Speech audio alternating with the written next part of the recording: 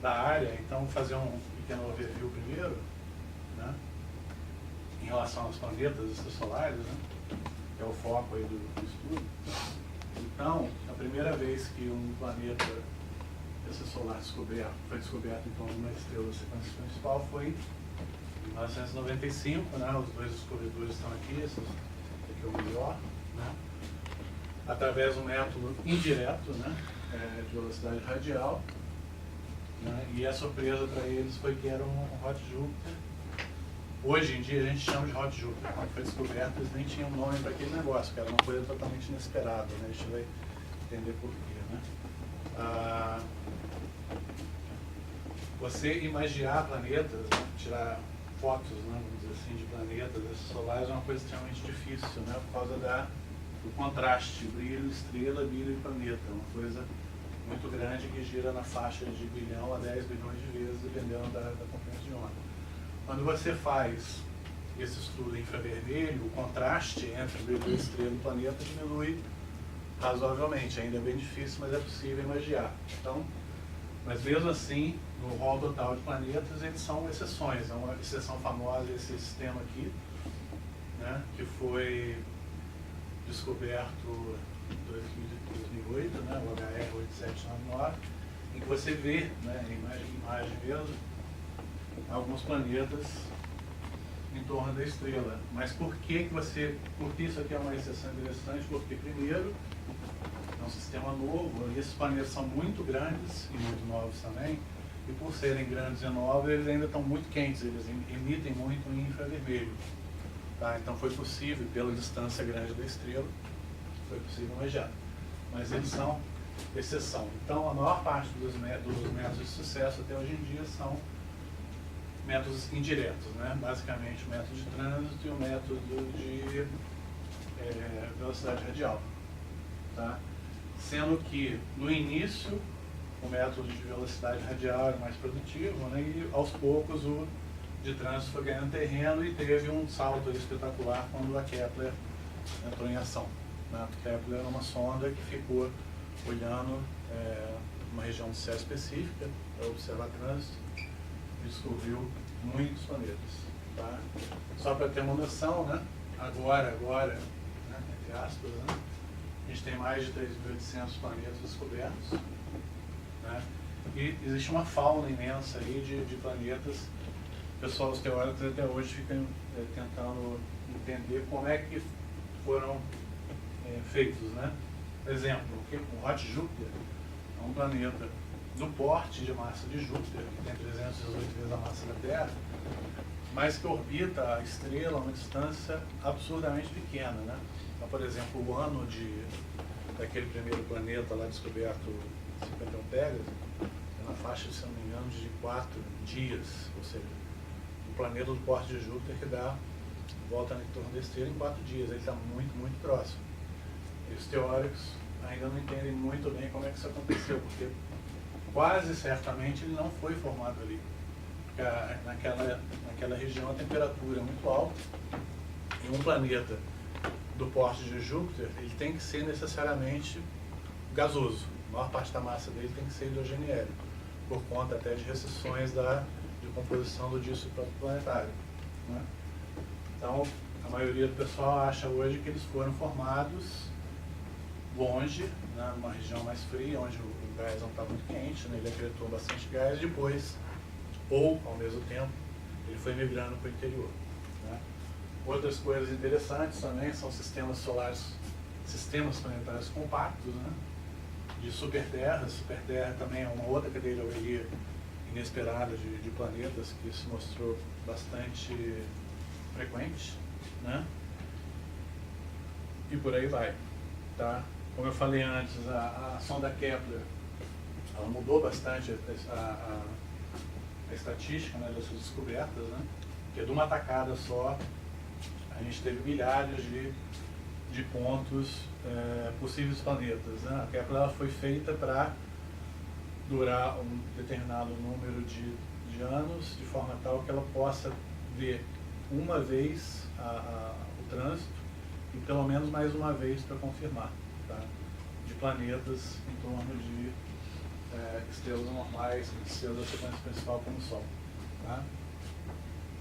Bom, só para dar uma palhinha, né? E aí vamos falar sobre os projetos aí que eu tenho feito, né? Lá no Valongo. Né? Primeiro, formação de moléculas ao longo de perda de massa de atmosférica de hot Júpiter e hot Neptune, estudo de comportamento da atmosfera de planetas rochosos, mortas excêntricas, e formação de planetas gigantes gasosos e a sua relação com a metalicidade estelar. Tá? Conceito aí, alguns conceitos de astroquímica, né, para quem não está muito acostumado com essa área. Né? Então a gente, hoje em dia, tem uma quantidade bem razoável de moléculas já detectadas no espaço. Muitos dos estudos dessas moléculas, principalmente de laboratório, visam ver como elas suportam o ataque de radiação interestelar, circunestelar e de outros eventos, como essas moléculas se formam, como elas são destruídas e como essas coisas, em alguns casos, né, em ambientes mais densos e frios, como essa coisa forma uma rede de reações de vez em quando. Tá? No grupo de astroquímica lá no Valongo, né?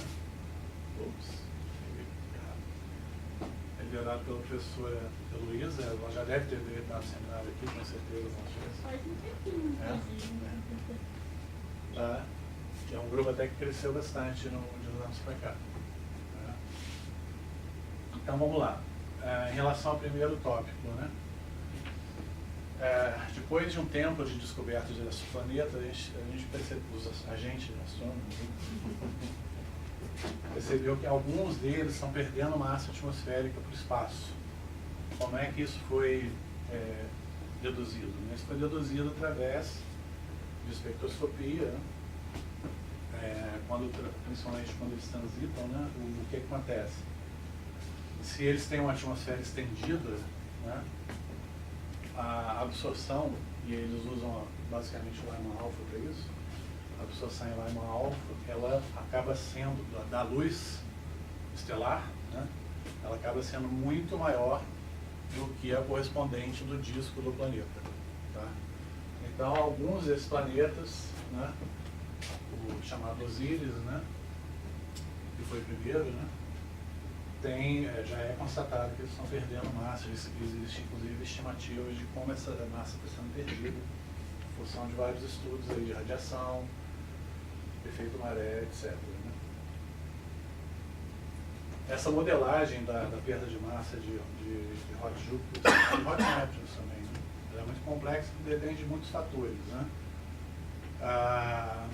Sendo que até hoje, por conta da complexidade, não tem nenhum estudo que faça essa estimativa, né, vamos dizer assim, modelagem de perda de massa, levando em conta todos esses fatores. Tá? Um fator, por exemplo, que com certeza é importante, na magneto-dinâmica, não é levado em conta em vários casos. Tá? Bom, enfim, a ideia era estudar a formação de moléculas ao longo da perda de massa atmosférica. Tá? Por quê? Por que essa linha? Né? Porque no início da perda de massa atmosférica, você tem densidades suficientes para você ter reações químicas de formação molecular.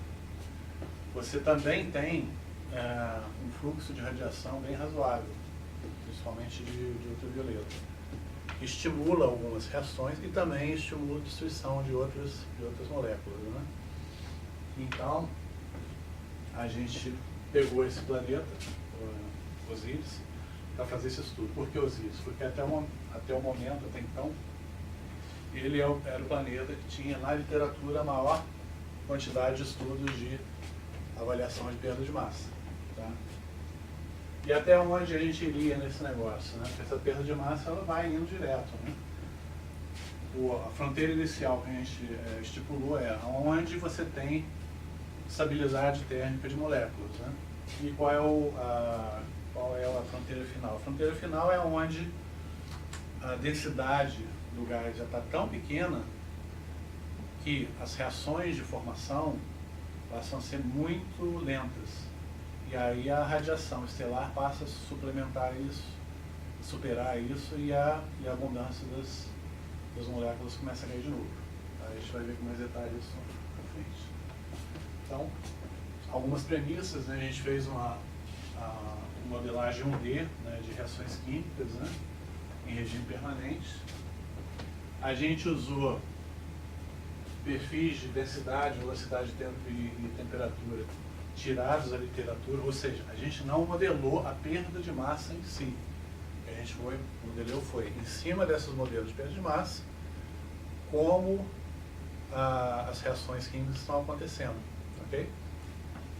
Só que a gente precisa mais do que isso para fazer essa modelagem. A gente precisa de taxas de reações químicas, né? Para várias delas, né? Então a gente usou uma das referências que existe na literatura, que é o MIST, né? Para esse tipo de processo.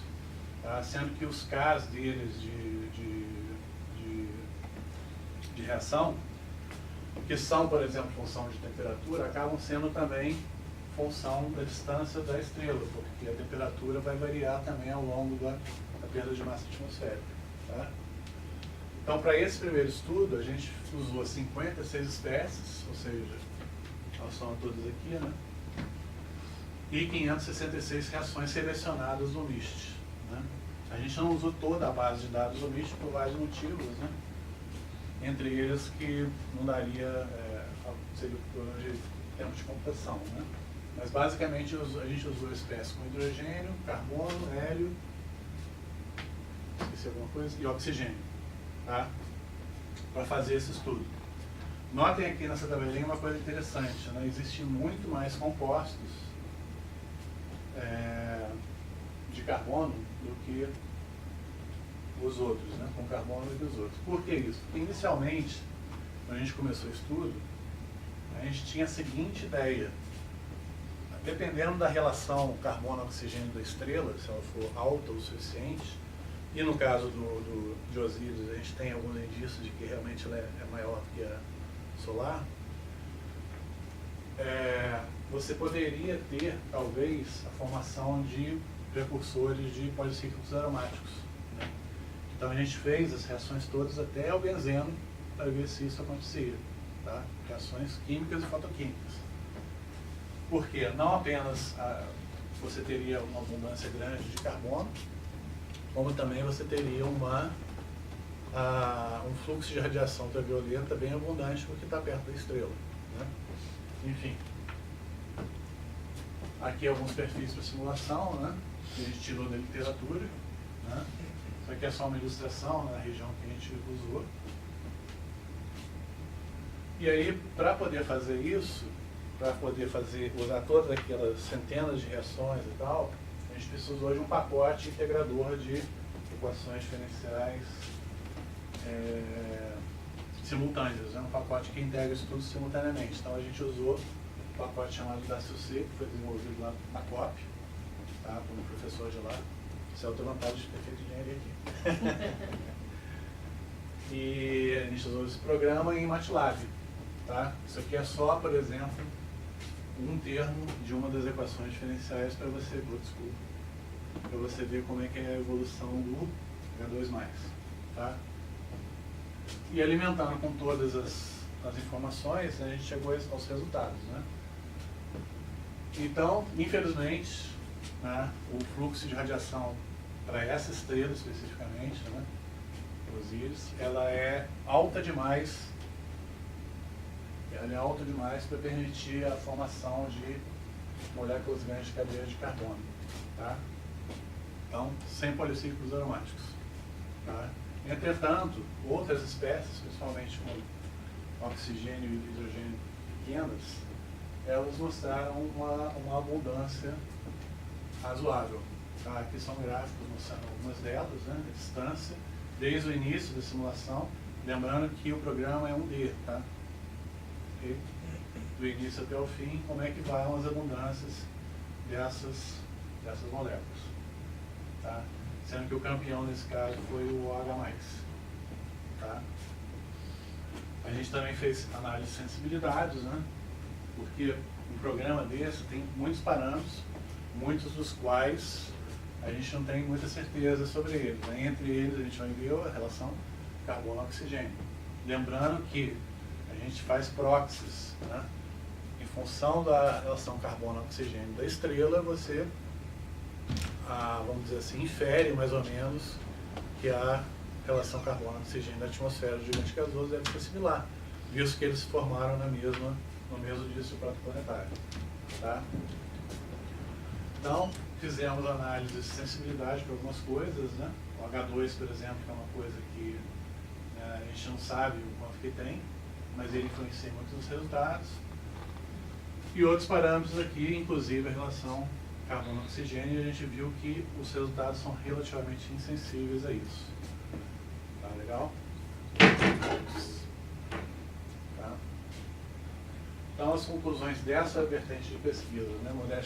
Moléculas de cadeia de carbono não são formadas por causa do campo de radiação. Moléculas simples, sim, só que o resultado depende muito da concentração de H2 molecular. Boa parte dele ele é ionizado, né? Partido, né? Para hidrogênio atômico ou vira próton, ou vira plasma. Mas dependendo da quantidade residual de H2, você pode ter uma variação boa das abundâncias moleculares. E o próximo estudo, né, que a gente está tentando ver aí é usar outros objetos para fazer isso. Né? A gente vai ter um exemplo aí mais tarde. Porque a perda de massa do planeta ela não depende apenas do fluxo de radiação da estrela. Principalmente os raios-x e ultravioletas mais violentos, eles são responsáveis por inflar a atmosfera do planeta. Isso é uma coisa. Só que quando você tem planetas menos densos, isso também ajuda a você deixar escapar essas moléculas para o espaço. Não tem uma formuleta simples, né, que alguns artigos botam, né? Isso é bem estimado, né, só para ter noção de ordem de grandeza, mas a perda de massa atmosférica desses planetas ela é proporcional ao fluxo XUV e inversamente proporcional à densidade. Então, se você pegar um Hot Júpiter que tem uma densidade pequena, você já vai ter uma perda de massa maior para a mesma radiação XUV. Então você vai ter uma grande perda de massa para um fluxo de radiação menor. Então pode ser que nessas situações, por exemplo, haja formação de cadeias de carbono, já seja possível. Tá? Esse trabalho está aí na PSS em 2016 e na PESC. E também, mais recentemente, né, eu orientei o trabalho de mestrado do Heriberto, né? Ele também estava trabalhando com a Heloísa. E a gente fez um estudo mais detalhado um pouquinho de Osíris e também num chamado Hot Neptune, chamado Gliese 436b. Tá? Além disso, a gente deu uma incrementada boa no programa. Né? O Heriberto ele incluiu reações com nitrogênio, então o programa passou a ter 87 espécies químicas e quase 1000 reações. Tá? Só para vocês terem noção, né, do que a gente está falando aqui em termos de... Não são muitos os hot Júpiters ou Neptunes em que a perda de massa atmosférica está bem estabelecida. Tá? Você tem esse GJ436b, o nosso amigo Osíris está aqui, tá? O OSP-12b também é bem citado na literatura, e 55-CANC-B. 55-CANC é famoso por ter um sistema grande de, se não me engano, 6 ou 7 planetas, tá? O mais interior aparentemente está perdendo massa também. Isso aqui é um modelo para o Gliese 436b. Então, nesse caso específico, como é que a gente fez?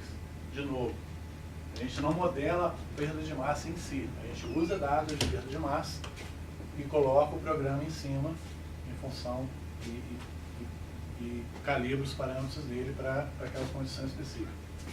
Esse aqui é um modelo, por exemplo, do RIE, que faz parte do grupo lá de Genebra, que eles modelam muito essas perdas de massa. Então a gente faz uma espécie de colaboração, ele manda os dados para mim de perda de massa, pega esses dados de perda de massa e vejo os perfis de densidade, temperatura e tal, que precisam ser alimentados no programa, tá?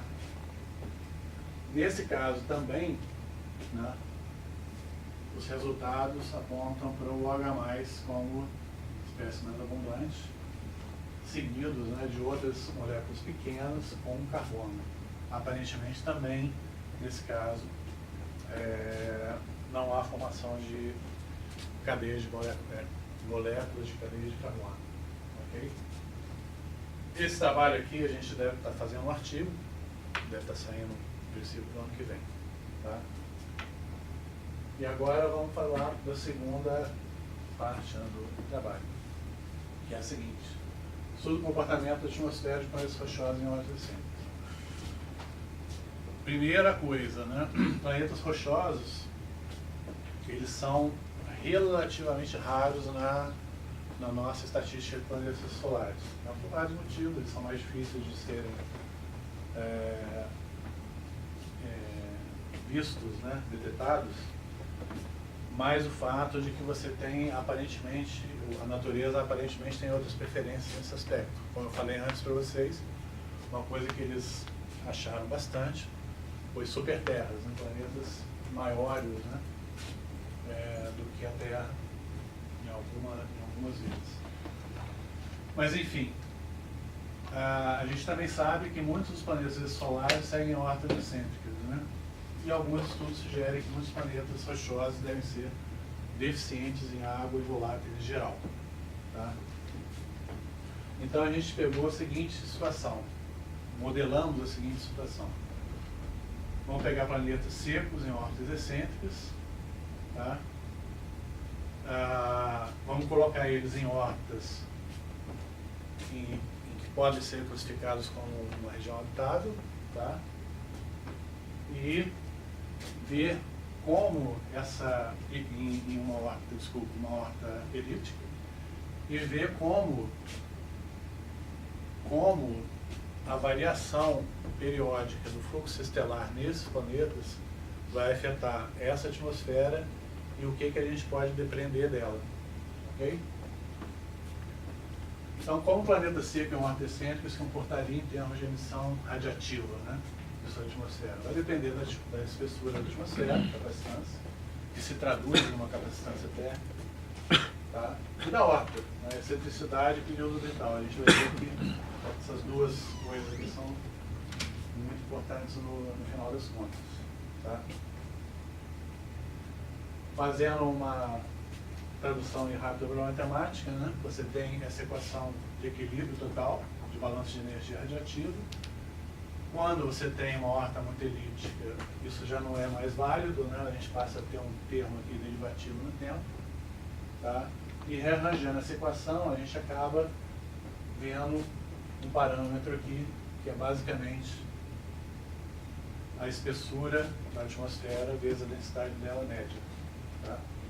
E isso tudo vai depender de como o fluxo da estrela vai variar com o tempo. Isso aqui é função do tempo e de uma órbita kepleriana. Então a gente modelou essa órbita kepleriana para vários casos. Ok?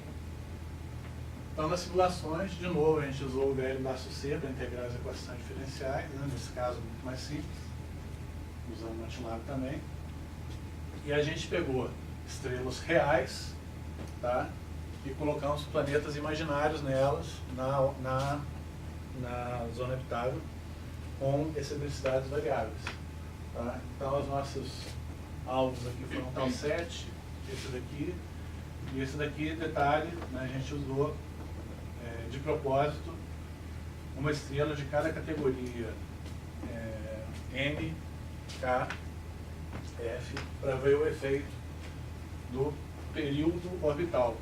É uma coisa você ter a excentricidade, mas o período orbital também influencia, e a gente vai ver no final que é o fator mais preponderante. Tá?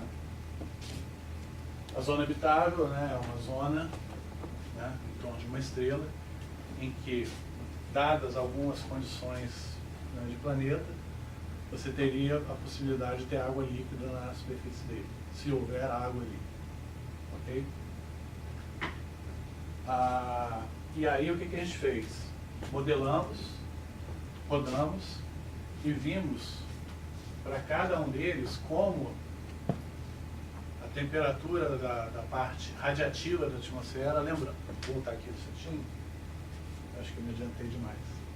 Lembrando que numa atmosfera de um planeta rochoso, você tem que só considerar, nesse caso aqui, a parte da atmosfera que interage com o espaço exterior, que não é toda a espessura da atmosfera, tá? Mais no interior e perto da superfície você tem a parte que é basicamente convectiva, tá? A parte superior da atmosfera é que faz essa interação e é ela que troca radiação com o espaço exterior e você tem essa dança aí até chegar no equilíbrio que acaba nunca acontecendo com uma órbita elíptica. Interessante que para tal 7, tá aqui a linha contínua é para um planeta sem atmosfera, tá? E a tracejada para uma atmosfera existente com o valor de x, que é aquele fator lá, que é basicamente, você pode traduzir isso aí como uma densidade de coluna, tá? Só que com outras unidades, tá? Você tem, todos eles precisam de densidade de 0,1, tá? Você tem um amortecimento maior à medida que você vai indo da estrela F até a estrela M, tá? O amortecimento vai ficando maior, sendo que para uma estrela M, tá? O amortecimento é muito maior, tá? Essa linha tracejada aqui, para a estrela M, é para esse valor aqui, de 10 a 5 mols por metro quadrado. Tá? E por que acontece isso? Porque o fator período da órbita, ele conta muito. Imagina tá aqui o Sol e tá aqui um planetinho. Uma coisa é ele fazer um período maior, para a mesma necessidade. E outra é um que faz assim. À medida que você vai indo para M, estrela M, a zona habitável ela vai encurtando. Então a órbita do planeta habitável também vai ter que encurtar. Logo o período dela vai cair bastante. Agora imagina um negócio que faz assim e outro que faz assim. A capacitância térmica daquela atmosfera faz com que, para o planeta que gira mais rápido, tá, a variação dessa temperatura de brilho da atmosfera em infravermelho, claro, vai ser cada vez mais amortecida. Tá? Ok? Isso, inclusive, aponta para a seguinte possibilidade, que planetas, por exemplo, que saiam às vezes da zona habitável em sua órbita, eles continuem habitáveis por causa do fator amortecimento. Tá? E como é que a gente mediria esse negócio? Agora é impossível a gente fazer isso, mas daqui a pouco a gente vai ter observatórios aí, o ELT e outros, que teoricamente vão poder observar estrelas, planetas, diretamente planetas do porte rochoso e estrelas bem próximas da Terra, não estrelas longe. Com isso, você vai poder ver, né, pontualmente como vai ser essa temperatura de brilho da atmosfera do planeta variando ao longo da sua órbita. Então você poderia dar uma inferida na espessura mínima da atmosfera dele. Por que mínima? Porque isso aqui só, de novo, isso aqui só faz a relação com a parte radiativa da atmosfera, tá? Que é a parte superior. Tem a parte convectiva de baixo. Você vai te dar, a técnica poderia te dar um valor mínimo de espessura daquela atmosfera. A gente está pensando em fazer agora planetas com voláteis, né, e ver o que acontece, né? Só que planeta com volátil é absurdamente mais complicado de modelar.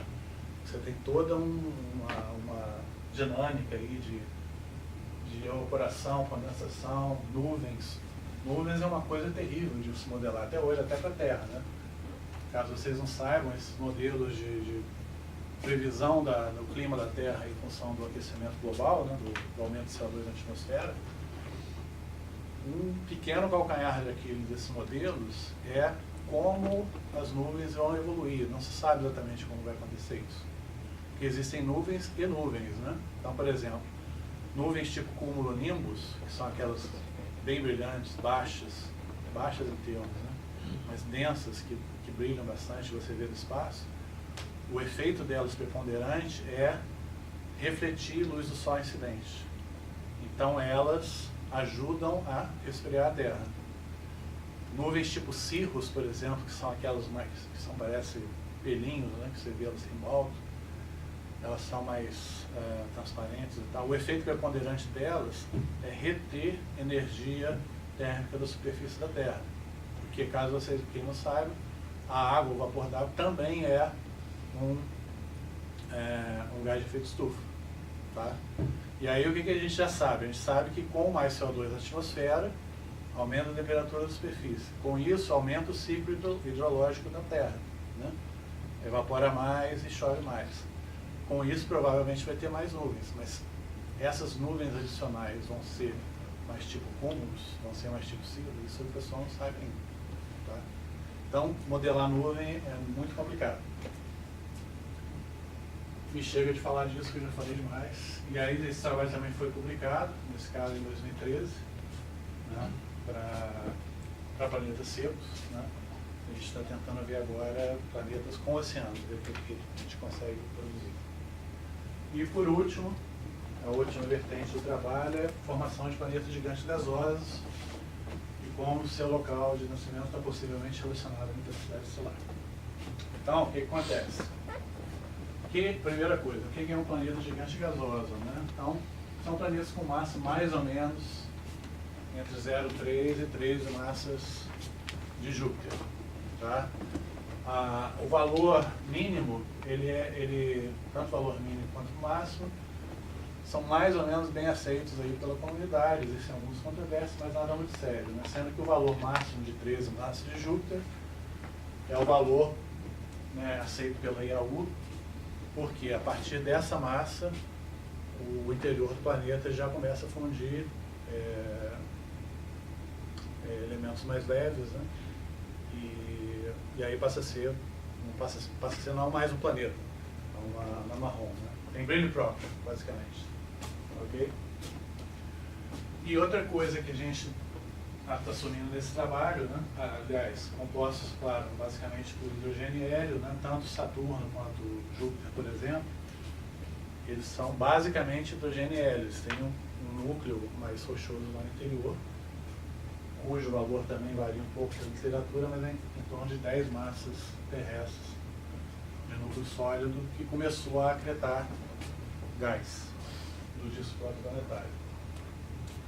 Então, basicamente, a gente está considerando que esse mecanismo aqui de core accretion é o que ocorre nos planetas gigantes gasosos. Né? Então, primeiro você forma esse planeta rochoso com 10 massas terrestres. Tá? Você passa depois a ser um acúmulo lento de gás no disco, e finalmente você tem um disparo nesse acúmulo, até que o planeta suga basicamente todo o gás que está nas proximidades dele, ali na sua órbita. Sugou tudo, estabilizou, parou, está ali o seu planeta gigante gasoso formado. Tá? E o interessante é que tem uma correlação entre a metallicidade estelar e a frequência de gigantes gasosos já antiga. Tá? Esse artigo aqui, por exemplo, é de 2005, mostrando essa correlação, que ela é bem nítida. Tá? Estrelas com metalicidade maior tendem a ter mais planetas gigantes gasosos. E isso faz sentido frente a esse mecanismo aqui de formação. Por quê? Uma estrela que tem maior metalicidade, ela tem elementos mais pesados, tá? Que vão ser condensáveis. Se você considera, e é bem razoável considerar isso, que o material que formou a estrela é o mesmo material que formou o próprio disco protoplanetário, que é o resíduo de formação estelar, claro que tem um pouquinho de diferenciação, mas como próximo, tá bom. Você tem essa relação, claro. Se você tem uma estrela com maior quantidade de metais, o disco protoplanetário que formou esses planetas também tinha mais metais. Então, formou-se mais poeira, formou-se mais planetesimais, formou-se planetas gigantes gasosos. Essa correlação ela é bem nítida para planetas gigantes gasosos. Não é tão nítida assim para planetas rochosos do porte da Terra. Então a gente está considerando que core accretion é o mecanismo que formou esses planetas gigantes gasosos. Existe uma outra teoria, que por enquanto está em baixa, mas ela ainda explica algumas anomalias meio esquisitas que a gente vê por aí, que é a teoria da instabilidade. Você tem o disco protoplanetário e nele por algum motivo qualquer, a gravidade ali venceu localmente e uma parte inteira ali ele se destaca e condensa diretamente no planeta. Tá? Mas esse mecanismo, ele não explica essa correlação aqui. Tá? E esse mecanismo explica. Tá? Enfim, vamos seguir. Tá? Mas será que essa seria a única correlação entre a meteoricidade e os planetas gigantes gasosos, só em termos de achar esses planetas? Enfim, a gente tem, na teoria, né, e alguma coisa hoje já em termos de observação, por função de alma e tal, hoje a gente já tem resolução para poder dar umas fuçadas já mais nos discos que a gente não tinha antes. Né? A gente tem algumas correlações já estabelecidas na literatura para perfil de temperatura ao longo do raio do disco protoplanetário, e perfil de densidade também de sólidos. Densidade superficial, aliás, densidade superficial de sólidos aqui. Ambas são power law. Tá? Se você ainda pensa que a probabilidade de formação do planeta gigante é proporcional à densidade de sólidos e inversamente proporcional à temperatura do disco, tá? E considerando ainda que tanto esses índices aqui dos power law são função de intensidade, tá? A gente acha um ponto ótimo de formação planetária, tá? Derivando essa probabilidade aí em função do raio. Tá? E aí você acha essa relaçãozinha aqui. Tá? Perfil mais suave de densidade de sólidos empurra o ponto ótimo de formação para fora. Isso aqui está dizendo basicamente o seguinte para a gente. Quanto maior for a metalicidade da estrela, o seu planeta gigante gasoso, considerando que ele vai formar ali, ele vai ser formado cada vez mais para fora. A sua horta vai ser mais longa. Tá? Ainda tirando o termo de derivado em relação à metalicidade, né? A gente chega finalmente nessa relação aqui, tá? Que a gente chamou ela de Zero Age Planetary Orbit. Tá? Que basicamente diz aí o que a gente está dizendo. Isso tem algumas implicações interessantes. Detalhe, existe o processo de migração planetária que ele é basicamente, vamos dizer assim, é evidente. Né? Como eu falei antes para vocês, os hot Júpiters, muito provavelmente, não se formaram ali, eles formaram mais distante e foram migrando. Né? Isso altera o nosso resultado se a gente simplesmente pegar coisas da literatura, né? Planetas conhecidos. Só que nesse trabalho a gente não entrou no mérito da migração. A gente imaginou isso no ponto de formação. Se ele migrou para fora ou para dentro depois, não entra no nosso mérito. A gente vai ver nos gráficos se tem algumas coisas interessantes. Tá, então, para planetas migrados, a gente simplesmente disse que assumiu que o R é uma fração do R ótimo. Ponto. Final. Tá? Agora, é interessante, isso é uma outra coisa também que a gente teve que lidar. O primeiro trabalho que a gente vai mostrar depois, o primeiro trabalho que a gente fez isso já tem tempinho, foi em 2005 que a gente publicou. Naquela época não tinha Kepler ainda, nem nada, então nosso espaço amostral de planetas ali era bem limitado. Para piorar a situação, a gente sabe que a massa do disco, provavelmente perfil de densidade sólida e temperatura, é função da massa estelar.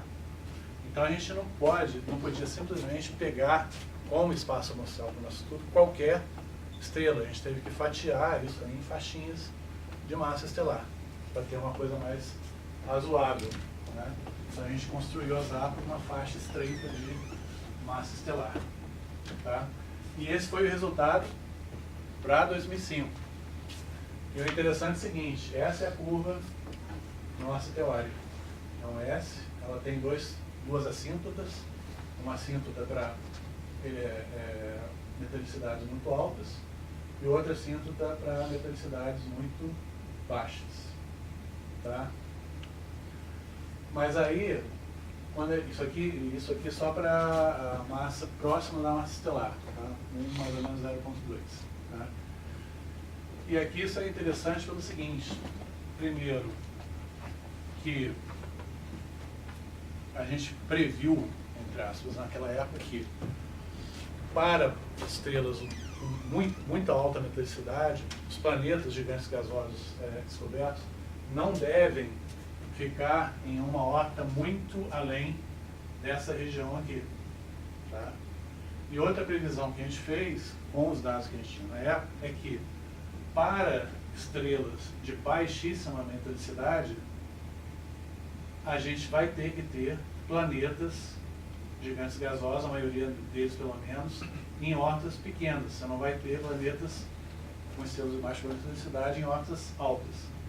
Isso inclusive tem possíveis consequências astrobiológicas, porque imagina, se você tem um planeta, uma estrela que tem baixa metalicidade, e mesmo assim você poderia ter formação de planetas rochosos em órbitas na zona habitável, o fato de um planeta gigante gasoso se formar mais interiormente é ruim, por causa de estabilidade de órbita e também pelo fato de que provavelmente ele vai migrar. Aí, migrando, ele acaba com toda a arquitetura interna do sistema, se não for também devorado pela própria estrela, no final das contas. Então a gente previu que nessa região de baixa metalicidade você teria um void ou muito poucos planetas aqui. Tanto porque eles não se formaram, eles formaram muito perto e foram engolidos, ou porque eles não formaram em regiões mais afastadas. Em 2016 a gente fez, 11 anos depois, a gente fez uma nova estatística com os dados, tá? E de novo, para uma massa solar mais ou menos 0,2, a gente obteve isso daqui. Notem que basicamente o que a gente previu para ZAPO ainda está valendo. Tá? Poucos ou nenhum planeta gigante gasoso com metalicidade, com estrela de metalicidade muito baixa. Continua tendo void aqui. E você também não tem planetas com órbita muito maior do que 5 e poucos, 6, para assíntotas de metalicidade alta. Tá? Esse artigo foi publicado em 2016, o trabalho foi publicado em 2016. Então, aparentemente, essa construção que a gente fez tem um fundamento físico, sim. Tá? Porque agora o número de planetas para a nossa estatística aumentou muito. Tá? Aumentou tanto que a gente pode se dar ao luxo de fazer esse estudo com algumas outras faixinhas de massa estelar que na época a gente não tinha como fazer. Né? Então a gente fez para entre 1.2 e 1.6, tá? Está valendo ainda, embora tenha muito poucos dados ainda. Detalhe, essa quantidade enorme de planetas aqui são os hot Júpiters. Essa tralhada de planetas aqui com certeza migrou para lá. Né? Só que a gente não entrou nesse mérito. Em termos de migração, só para fechar esse assunto, existe, de vez em quando sai no nosso PH, eu já vi algumas vezes, um ou outro autor teorizando que talvez esses planetas tenham realmente se formado ali, eles não migraram, se formaram. Mas são exceções aí. Então, eu diria que hoje em dia o pessoal ainda acha que a maioria deles formou lá fora e migrou. Tá?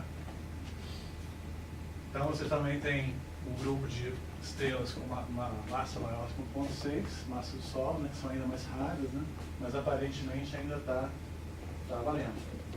Detalhe aqui, né, que vale a pena acho que mencionar. Nesse nosso trabalho para massa 1 mais ou menos 0.2 massa do Sol, para esses 282 planetas, a gente só teve basicamente 2 exceções à regra que estão aqui em cima. Tá? Então, provavelmente o que eles representam? Quando a gente pegou a estatística, né, a gente pegou aquela estatística lá da página lá do Schneider, lá do Exoplanets, a gente teve que ter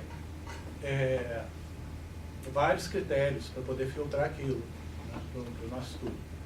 Então a gente tem nos artigos tem isso, a lista de critérios que a gente usou. Um dos critérios foi, claro, fatiar a metricidade, etc. Um dos critérios foi, por exemplo, se você tiver naquela estrela mais de um planeta gigante gasoso, o nosso critério, a gente falou assim, não, se tiver mais de um, pegue o maior deles. E provavelmente o maior se formou no ponto ótimo, não o menor. Tá? E um outro critério que a gente usou foi o critério de excentricidade de órbita. Se a excentricidade de órbita é muito grande, isso significa que muito provavelmente, isso já está também mais ou menos estabelecido na literatura, muito provavelmente teve interação planeta-planeta, pelo menos no início. Então aquelas órbitas ali não são muito representativas da época da formação, onde ele se formou. Então, por exemplo, a gente colocou como critério, e a gente foi bem generoso nesse aspecto, a gente colocou como critério máximo de excentricidade de órbita 0,4, se eu não me engano. Sendo que esses dois amigos aqui, um ficou em 0,38 e o outro algo similar. Então, possivelmente, eles são dessa, mesmo assim a gente colocou porque eles ainda estavam atendendo esse critério, mas raspando nele. Tá? Muito provavelmente eles sofreram interação planeta-planeta. Tá? Conclusão geral, né? Ela está valendo ainda essa curva com uma ampla faixa de massas estelares, com pequenos ajustes necessários para outras faixas, só que a gente ainda tem pouca estrela, né, para poder fazer essa brincadeira. E consequências astrobiológicas para estrelas de baixa metricidade, como eu te falei, né? O problema deles se formarem aqui muito mais perto do Sol, em relação à formação dos planetas rochosos. Então, esses dois trabalhos, né, em dois tempos diferentes, foram publicados na MONFRE, um em 2005 e outro em 2016. Tá?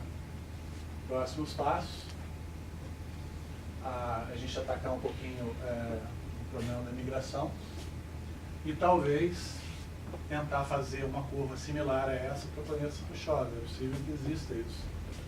Mas aí você teria que ter outros fatores, né? Por exemplo, o fator de temperatura que a gente colocou ali é um fator de temperatura para gás, mas a gente sabe que o planeta rochoso, ele basicamente é rochoso, tem muito pouco gás, não é um planeta gigante gasoso. Então, outros processos ali foram mais importantes.